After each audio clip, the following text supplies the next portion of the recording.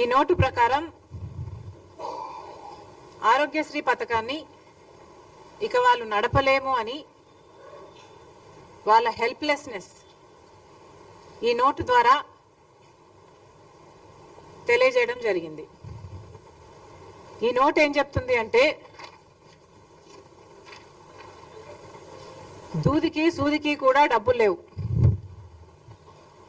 అని వీళ్ళ ఆవేదన వ్యక్తం చేయడం జరిగింది.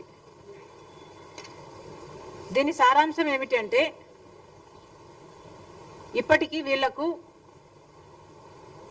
అన్ని ప్రైవేట్ హాస్పిటల్స్ అన్నిటికీ కూడా కలుపుకుంటే ఇప్పటికీ వీళ్లకు చెల్లించాల్సిన బకాయిలు 3,000 కోట్ల రూపాయల దాకా ఉంది అని, ఈ బకాయిలు చెల్లించకపోతే మేము హాస్పిటల్స్ ఎలా నడుపుకోవాలి, మాకు సూదికి దూదికి కూడా డబ్బులు లేవు, ఇన్ని నెలలు పేమెంట్స్లో వెనక పడితే మేము లోన్స్ తెచ్చుకొని వడ్డీలకు లోన్స్ తెచ్చుకొని ఓవర్ డ్రాఫ్ట్లు తెచ్చుకొని ఇంతవరకు నడుపుకుంటూ వచ్చాము.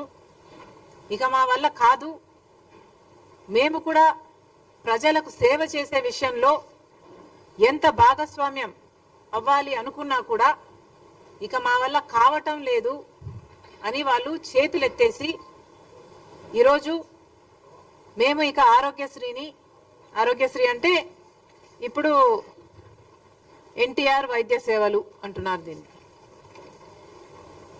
మేము ఇక నడపలేము చేయలేము అని వీళ్ళు అల్టిమేటం ఇవ్వడం జరిగింది. అసలు ఆరోగ్యశ్రీ పథకం రాజశేఖర్ రెడ్డి గారి పథకం, కాంగ్రెస్ పార్టీ పథకం. రాజశేఖర్ రెడ్డి గారు ముఖ్యమంత్రిగా 5 సంవత్సరాలు ఉంటే 5 సంవత్సరాలలో రాజశేఖర్ రెడ్డి గారు ఎన్నో అద్భుతమైన పథకాలు చేస్తే ఆరోగ్యశ్రీ అందులో ఒకటి.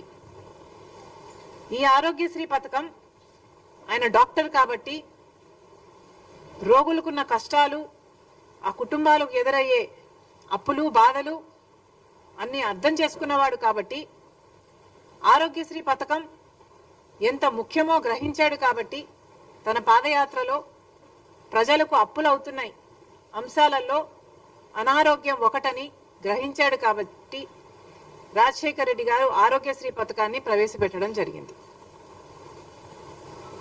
ఆరోగ్యశ్రీ పథకం ఒక మన రాష్ట్రంలోనే కాదు ఎన్నో ఇతర రాష్ట్రాలలో కూడా ఇది అద్భుతమైన పథకము అని దీన్ని సర్టిఫై చేస్తూ ఎన్నో పక్క రాష్ట్రాలు కూడా దీన్ని కాపీ చేయడం జరిగింది. ఈరోజు మన భారతదేశంలో ఆయుష్మాన్ భారత్ అయినా యుఎస్ లాంటి దేశాలైనా ఇలాంటి ఎన్నో ఈ ఆరోగ్యశ్రీ పథకాన్ని కాపీ చేయడం జరిగింది. అలాంటి ఆరోగ్యశ్రీ పథకం ఈరోజు ఏ స్థితిలో ఉందో, ఎంత దుస్థితి ఉందో ఒకసారి గమనించమని కోరుతున్నాం. వీళ్ళు ఈ లేఖలో చెప్పిన ప్రకారము సెప్టెంబర్ 23లో మాకు ఆఖరిన పేమెంట్స్ వచ్చాయి.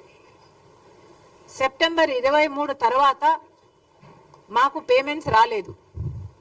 ఈ రోజుటి వరకు అప్పటి నుంచి బకాయిలు వేసుకుంటే స్పెషాలిటీ హాస్పిటల్స్కు సంబంధించే 2,500 కోట్ల రూపాయలు ప్రభుత్వం కట్టాల్సి ఉంది. ఇక ప్రైవేట్ హాస్పిటల్స్ అన్నీ కలుపుకుంటే 3,000 కోట్ల రూపాయలకు పైగానే బకాయిలు ఉన్నాయి అని అంచనా. మరి ఇంత అద్భుతమైన ఆరోగ్యశ్రీ పథకానికి జగన్మోహన్ రెడ్డి గారు రాజశేఖర్ రెడ్డి గారు కొడుకయ్యుండి నేను వారసుని అని చెప్పుకుంటూ జగన్మోహన్ రెడ్డి గారు సెప్టెంబర్ 23 తర్వాత ఆరోగ్యశ్రీకి బిల్లులు ఎందుకు కట్టలేదు?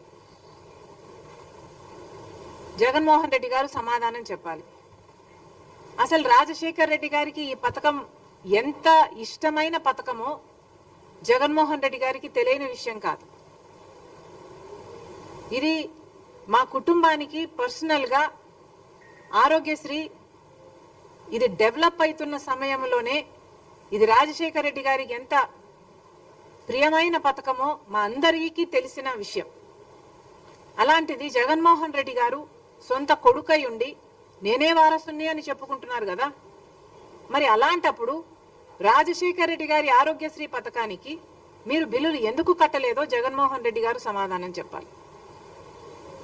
సెప్టెంబర్లో లాస్ట్లో 2023 సెప్టెంబర్ 3లో 23కి లాస్ట్ బిల్లు వీళ్ళకి అందిందంట. దాని తర్వాత మాకు డబ్బులు అందలేదు, మేము ఎలా నడుపుకోవాలి అని వీళ్ళు అడుగుతున్నారు. ఈ రోజుటికి దాదాపు 3,000 కోట్ల రూపాయలు వీళ్లకు అప్పులున్నాయి. మరి ఇప్పుడు చంద్రబాబు గారు ముఖ్యమంత్రిగా ఉన్నారు. చంద్రబాబు గారు ఆరోగ్యశ్రీ పథకానికి డబ్బులు ఎందుకు చెల్లించటం లేదు? ఈ అసోసియేషన్స్ వాళ్ళు మీ దగ్గరికి వచ్చి వాళ్ళ గోడు చెప్పుకొని ఆరోగ్యశ్రీ CEO దగ్గరికి వెళ్ళి మల్టిపుల్ టైమ్స్ మా గోడు చెప్పుకున్నా కూడా మమ్మల్ని అర్థం చేసుకున్న పాపాన పోలేదు. ఎన్నిసార్లు మా నివేదికలు ఇచ్చి మేము అలసిపోయాము. ఆ ప్రభుత్వానికి ఈ ప్రభుత్వానికి, రెండు ప్రభుత్వాలకి, అటు జగన్మోహన్ రెడ్డి గారి ప్రభుత్వానికి ఇటు చంద్రబాబు గారి ప్రభుత్వానికి ఇక మేము మా వల్ల కాదు అని వాళ్ళు ఈరోజు అల్టిమేటం ఇవ్వడం జరిగింది. మరి చంద్రబాబు గారిని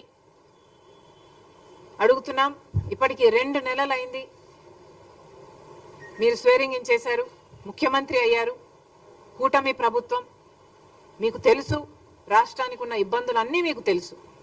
అయినా రాష్ట్ర భవిష్యత్తు నాది బాధ్యత అని మీరు భుజాన వేసుకొని కూటమి ప్రభుత్వం నేను చేయగలను, నాకు 40 ఏళ్ళ ఎక్స్పీరియన్స్ ఉంది అని మీరు చెప్పి అధికారంలోకి వచ్చారు.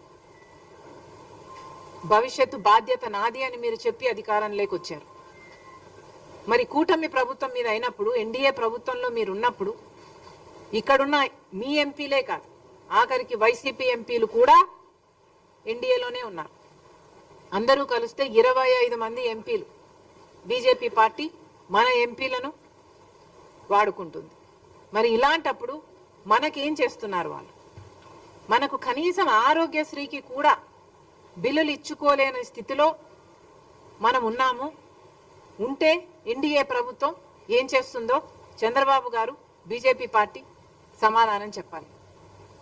మళ్ళీ చెప్తున్నాం, ఆరోగ్యశ్రీ పథకం అన్నది అద్భుతమైన పథకం.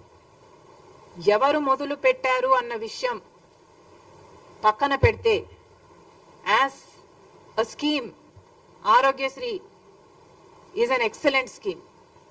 దేశ విదేశాలలో ఎంతో మంది దీన్ని మళ్ళీ ఎమ్యులేట్ చేయడం జరిగింది.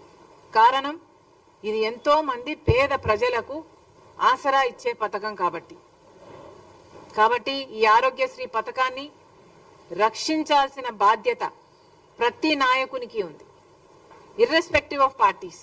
ఎవరు అధికారంలోకి వచ్చినా కూడా. నాకైతే ఆశ్చర్యంగా ఉంది, జగన్మోహన్ రెడ్డి గారు సెప్టెంబర్లో బిల్లులు చెల్లించారు, ఆ తర్వాత ఆరోగ్య